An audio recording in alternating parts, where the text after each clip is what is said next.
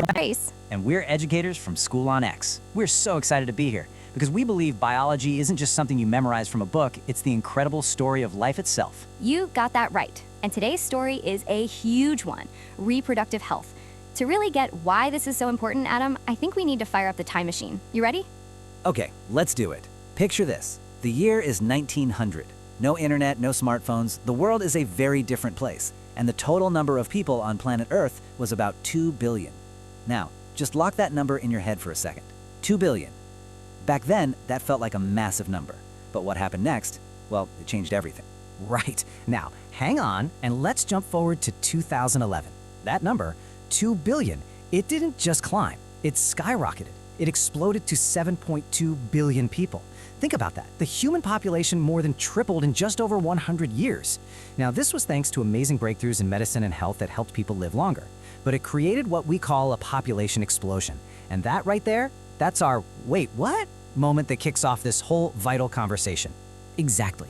So when you see a jump that massive, it makes you ask some big questions. What does this mean for our communities, for our planet, and for our own personal health? It forces us to think way beyond the diagrams in our biology textbook. Because reproductive health is a much, much bigger idea than just, the mechanics of reproduction. And this is where it gets really interesting. The World Health Organization has a definition, and I want you to focus on that key phrase, total well-being. This isn't just about the physical stuff, like having healthy organs. It's also about our emotional and behavioral health, feeling safe, respected, and it's social. It's about creating a society where people have the knowledge and freedom to make good choices. It's the whole package, the complete picture of what it means to be healthy. And that idea of a healthy society brings us to a really fascinating story. Our own country, India. How did India respond to this global population boom? Well, here's a cool fact. India was one of the very first countries in the entire world to create national programs for family planning, way back in 1951. This is the story of how a huge national plan ultimately came down to millions of small, personal choices. Now, you should definitely ask your parents or grandparents about this slogan, Hum do, hamare do, which means we too are too. For years, this message was literally everywhere. On TV, on posters, on the radio. It was a really simple, catchy way to get people thinking about the benefits of having smaller families. It became a huge part of the national conversation. Okay, so if the big idea was planning, the next question is, how exactly? What options did people have? This table gives us a great simple breakdown. We can basically sort contraceptives into groups based on how they work.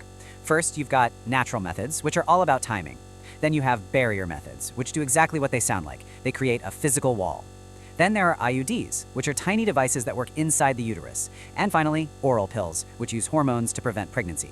Let's take a closer look at a couple of these. This is a perfect way to see two totally different strategies. Over on the left, we have the condom. It's a classic barrier method. It's temporary, you use it, and it physically stops sperm from getting where it needs to go. Simple. But on the right, you have something very different. That little T-shaped thing is a copper T, an IUD. A doctor places it, and it can stay in place and be effective for years. So you've got a short-term solution versus a long-term one for different people in different stages of life. And while we're on the topic of options, we have to talk about this because it's a huge point of pride for Indian science. Let's talk about Saheli. This is not your average birth control pill. The amazing part is, it was developed right here in India, in Lucknow. And what makes it a game changer? It's non-steroidal, has very few side effects, and you only have to take it once a week. It's just a fantastic example of Indian innovation solving a real-world problem. Okay, so every method we've discussed up to now is reversible. You can stop using them. But what about couples who are absolutely sure that their family is complete? Well, for them, there's another option. We're talking about surgical methods, which you might also hear called sterilization. This is considered a permanent or terminal method. So how does this work? For females, the procedure is called a tubectomy. Basically, a surgeon blocks or cuts the fallopian tubes. Think of it like closing a road permanently so the egg and sperm can never meet. There's a similar procedure for males called a vasectomy. The most important thing to know about both is that they are very, very difficult to reverse. That's why it's such a significant decision for a couple to make. All right, as we move on, we need to shift gears a little bit. A real, honest conversation about reproductive health means talking about everything, including some topics that can feel complicated or sensitive. But having these conversations openly is absolutely essential for us to be a healthy society. One of those topics is medical termination of pregnancy, or MTP. It's a really important piece of history that the Indian government legalized MTP way back in 1971. Now, it is crucial to understand the why behind this law. The main reason was to reduce the number of dangerous, illegal abortions being done by untrained people, which was causing a lot of women to die. So this was, at its heart, a decision aimed at saving lives, and it came with very strict rules to prevent it from being misused. And those strict rules are really the key. A legal MTP is only allowed in certain specific situations. For example, to save the mother's life, or to prevent a very serious injury to her physical or mental health. It's also an option if there's a high risk that the child would be born with a severe disability.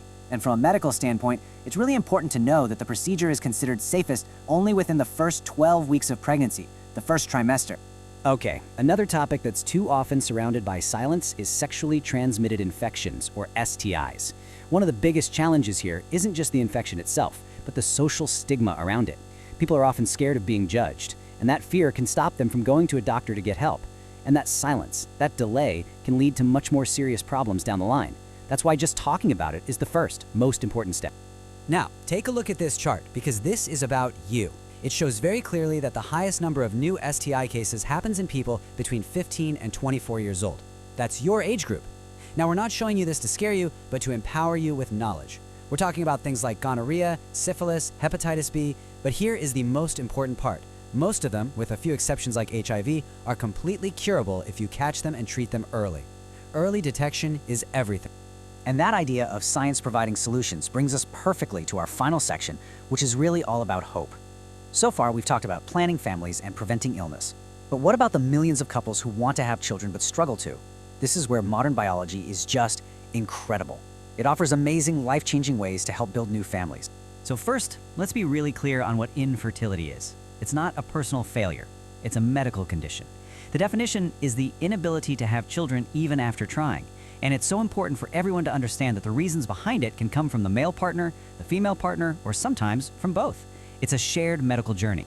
And this is where science really feels like magic. Let's break down the process that many people call the test tube baby method.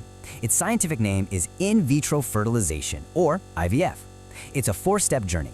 First, collection. Eggs from the mother and sperm from the father are carefully gathered. Second, fertilization. This is the in vitro part. It means in glass. The egg and sperm meet in a lab dish. Third, culture. The new zygote is kept safe and nurtured as it starts to grow into an embryo. And finally, step 4, transfer. The tiny embryo is placed back into the mother's uterus to continue growing. It's one of the most amazing technologies we have. Now, IVF is the most famous of these technologies, but science has developed other amazing options too, like GIFT and ICSI. But it is so important to remember that technology is not the only path to becoming a parent. Legal adoption is one of the most powerful and wonderful ways for a couple to build a family. It gives a child who needs a home, a loving family, and it fulfills that dream of parenthood. It's a different journey, but an absolutely beautiful one. So we've traveled from a global scale all the way down to a single cell in a lab. And now we bring it all back home, back to you.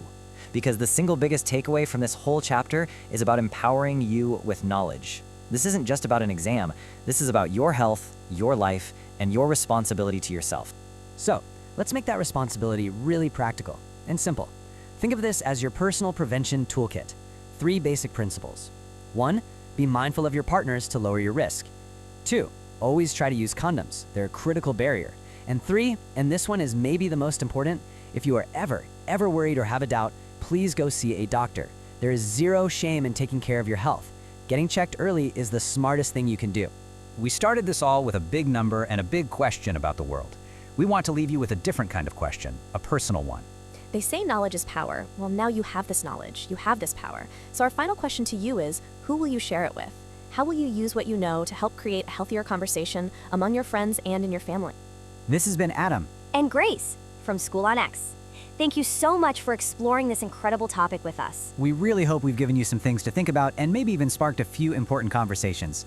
Never stop asking questions and always stay curious.